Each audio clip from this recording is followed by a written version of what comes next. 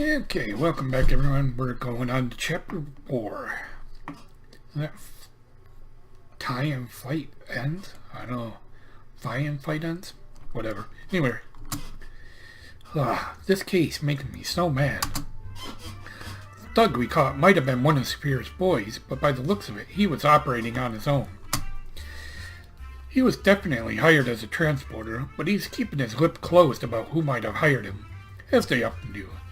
He even denies being hired by anyone in the first place. That doesn't matter. We just have to focus on finding the person who really stole the golden sneeze. The pool of suspects isn't overly large, but they all could have done it just as well. Maybe none of them did. I have a feeling that the suspect may be backed into a very unexpected corner.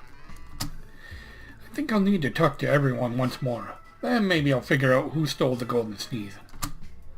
Who shall I visit next? Well, let's go right down the line. Mr. Abrams. Good afternoon, Mr. Abrams. Why, hello, Detective. I was just on my afternoon stroll. How are you? I'm tying up the loose ends on the investigation. I was hoping you could help me. But of course, Detective. What do you need to know?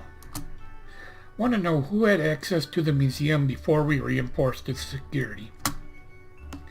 That's an old wound, Detective, but I guess we'll have to address it. I'm the only one with the key. I close the museum every night, and I open it again each morning. Practically no one goes in or out without my permission. It should have been secure enough. Of course, that doesn't help much when they take out a wall. I can't believe they did that to my poor old museum. Thank you, Mr. Abrams. It might not help much, but I have a clear picture now. Who shall I visit next? Go to Sapphira. I love my restaurant. I love the food. I love the electric candelabras. I don't want anything about this place to change. Except for that nosy detective who keeps barging in before any customers do. Sorry to be barging in, Sapphira, but I need to complete my investigation. I'd already guessed you would. Look, Hank, I'm getting tired of this routine. I'm trying out a lot of experimental dishes, and I need the time to build up a large customer base with this restaurant. I'm stressed out, and I just had a beautiful moment with my restaurant. You talk about your restaurant as if it were a person. Don't talk about my baby like that. Sapphira, I want to ask you a serious question. Very systemic. God damn.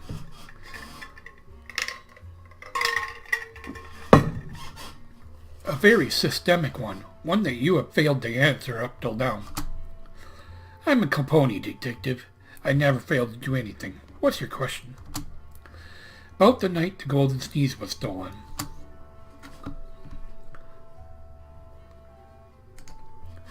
Sapphira, I want you to be honest with me. Where were you on the night the golden sneeze was stolen? Hank, I thought you'd never ask. But seriously, I was at my self-defense class. Ask Mary. You're right. Mary told me she had a self-defense class that night, and that she met you at that place. I hadn't put two and two together. Well, with that out of the way, could you leave now? We will see each other again soon, Sapphira. Don't count on it, Detective. Shall we visit next? Peter and Paul.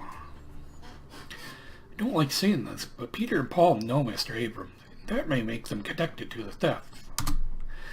I'm not really worried, though. Peter and Paul seem to get in trouble a lot, but surely they wouldn't be so daft as to steal the golden sneeze. So let's make this a nice visit to the in-laws, just calm the nerves. Hey, Peter, how you doing? Not so well.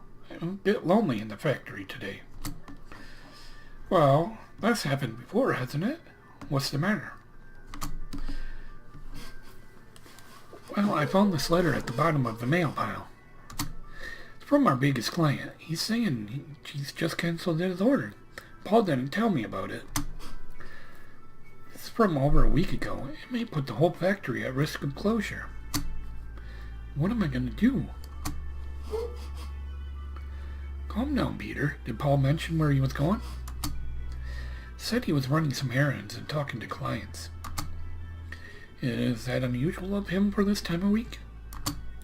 No. I'm sorry, Hank. I got carried away there. Paul was probably just talking to clients, like always. But I'm not happy about him not telling me about that letter. I'm going to go look for that big gorilla when I'm done tuning up this robot. There you go. Everything is probably okay again. Thanks for stopping by, Hank. I sometimes think or do stupid things when I'm left alone. You're welcome, Peter. I'll see you later. See you around. Drink.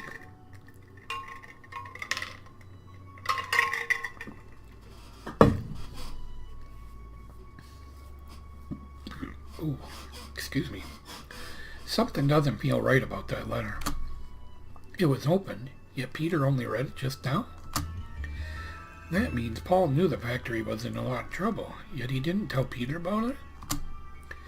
Paul, I really hope you didn't steal the golden sneeze to fix your financial problems. Who shall I visit next?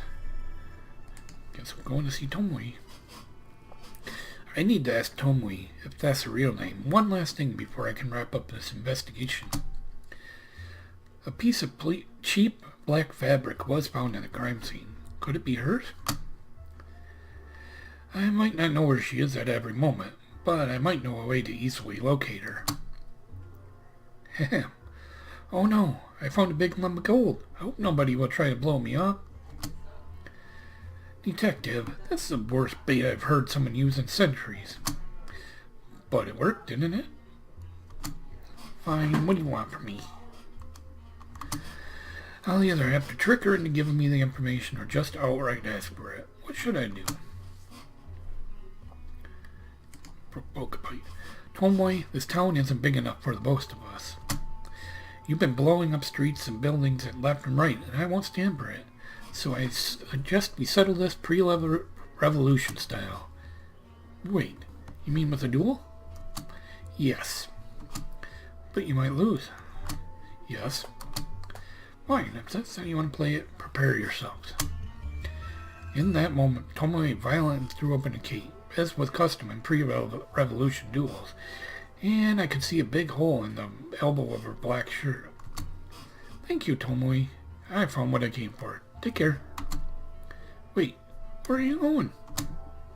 I'm not done with you yet. That was a trick, wasn't it? Who shall I visit next? No one will end the day. More drink here.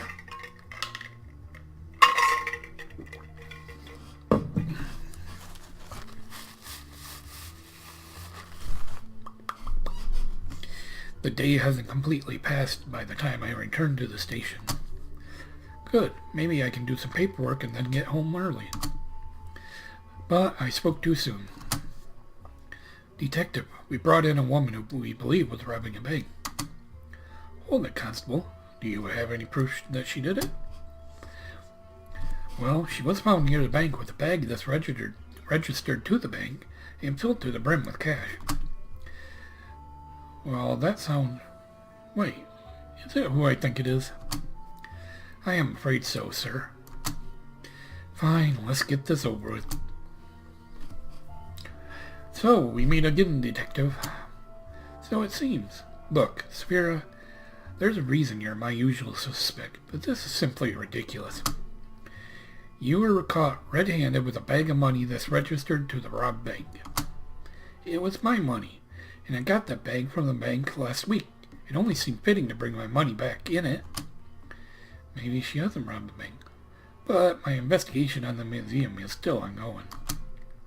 Since she's here, I may as well interrogate her. I have to be careful, though. She doesn't like to be accused of things, so maybe I can get her to talk by being kind to her. Sphera, how about we have a nice old chat in this room, just like we did so many times before?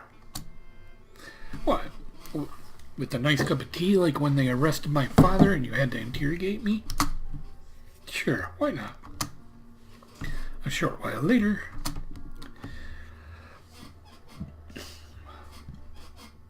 Okay, I'm going to stop the video here. And again, have a great day, everyone.